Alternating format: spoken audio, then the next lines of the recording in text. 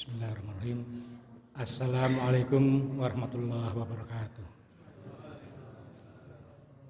Alhamdulillahirabbil alamin wassalatu wassalamu ala asrofil anbiya'i wal mursalin wa ala alihi washabihi ajmain amma ba'd.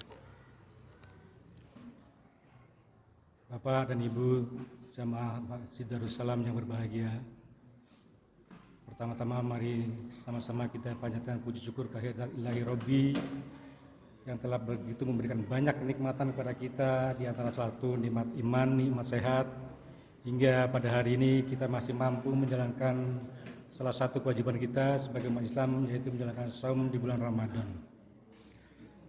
Salawat serta salam mudah-mudahan tercurah kepada junjungan kita Nabi Muhammad SAW, para keluarga, sahabat, sampai kepada kita sekalian selaku umatnya. Mudah-mudahan syafaat akan beliau sampaikan pada kita di yaumil akhir nanti. Pada malam hari ini saya akan mencoba membawakan kultum dengan judul kematian.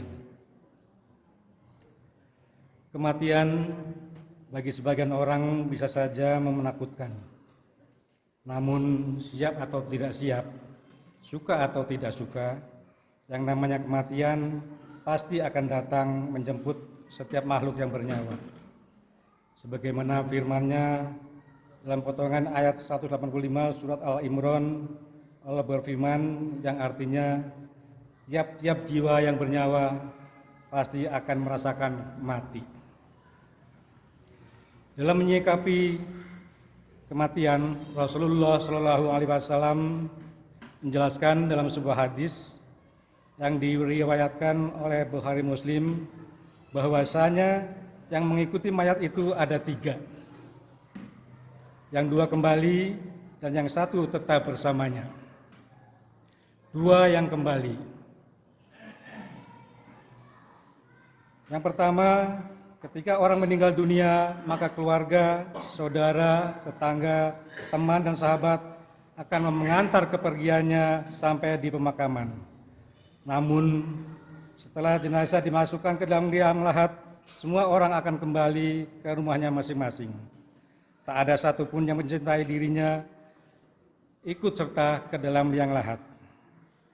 Semisal istri, anak, saudara, dan hanetolan semua akan meninggalkan kubur. Di dalam kubur, setiap manusia akan sibuk dengan urusannya masing-masing. Sekalipun misalnya jenazah dimakamkan di area pemakaman keluarga, maka jenazah satu dan lainnya tidak akan saling menyapa. Mereka sibuk dengan urusannya masing-masing. 2 yang kembali. Yang kedua yaitu harta. Ketika seorang meninggal dunia, maka ia akan meninggalkan seluruh hartanya, rumah, mobil, perhiasan, tabungan, dan lain-lain. Tidak akan ada yang menemani di dalam liang lahat. Satu-satunya harta yang ia bawa adalah beberapa lembar kain putih dengan panjang 2 hingga 3 meter.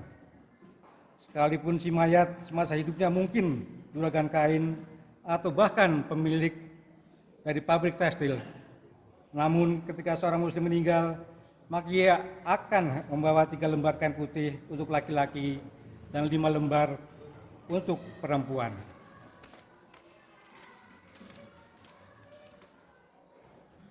Semua harta dan kekayaan yang kita miliki sesungguhnya bukanlah milik kita. Setelah seseorang meninggal, maka rumah, mobil, dan segala hartanya akan menjadi hak ahli waris. Dan harta yang benar-benar ia miliki adalah harta yang telah ia sedekahkan selama ia hidup. Zakat, infak, sedekah, serta harta yang kita keluarkan untuk membantu sesama, untuk berjuang di jalan Allah, dan lain sebagainya, maka itulah sesungguhnya harta yang kita miliki.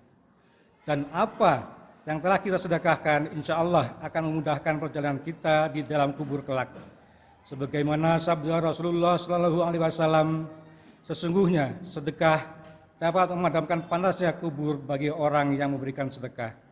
Dan sesungguhnya orang mukmin akan bernaung pada hari kiamat nanti di bawah naungan sedekahnya. Hadis riwayat Tabrani. Yang terakhir, satu yang tetap bersama sang mayat, yaitu amal. Ketika seorang meninggal dunia dan dimakamkan, maka amal perbuatan dan ibadahnya lah yang akan bersamanya menemani kehidupannya di alam barzah. Amal baik maupun amal buruk yang pernah ia kerjakan semasa hidup, itulah yang akan menemaninya di dalam kubur. Jemaah yang dirahmati Allah, berbicara kematian ada kaitannya dengan amal, maka sesungguhnya keadaan manusia di alam kubur itu ada dua. Keadaan pertama adalah bagi seorang yang baik melakukan amal soleh, maka kuburnya akan dilapangkan sejauh mata memandang. Kemudian datang kepadanya seorang yang berwajah tampan dengan baju yang bagus serta aroma yang harum. Orang itu berkata kepada sang mayat, "Berbahagialah engkau yang diberikan hak oleh Allah kepadamu. Inilah hari yang dijanjikan Allah kepadamu." Lalu mayat itu bertanya, "Siapakah kamu?" "Wajahmu tampak bagus." Dijawab, "Aku adalah amal ibadahmu, amal solehmu selama hidupmu. Engkau selalu bersinergi kepada Allah dan enggan maksiat kepadanya, maka Allah mengajar kamu dengan kebaikan." Sementara itu, bagi orang yang semasa hidupnya berkelimangan amal buruk, maka kuburnya akan menyempit hingga meremukkan tulang-tulangnya. Pintu neraka dibuka sehingga ia merasakan kepanasan yang luar biasa. Lalu datanglah seseorang dengan wajah dan pakaian yang buruk serta aroma yang tubuh dan menyengat. Maka ia berkata, "Berbahagialah dengan kejelekanmu semasa hidupmu. Inilah yang Allah janjikan kepadamu. Engkau enggan taat kepada Allah, tetapi sangat bersemangat dalam bermaksiat. Maka Allah mengajar kamu dengan kejelekan." Mayit itu bertanya, "Siapakah engkau?" "Wajahmu amat buruk." Tamu itu menjawab, "Akulah amal burukmu semasa hidup."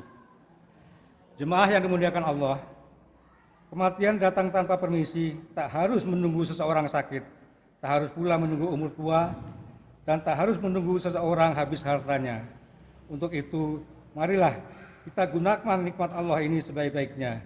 Apalagi bulan puasa Ramadan yang tinggal beberapa hari ini, marilah kita manfaatkan sebaik-baiknya untuk berlomba-lomba melakukan amal perbuatan kebaikan. Dan jangan pernah merasa bahwa amal yang telah kita lakukan sudah cukup untuk diberikan kepada yang sesamanya.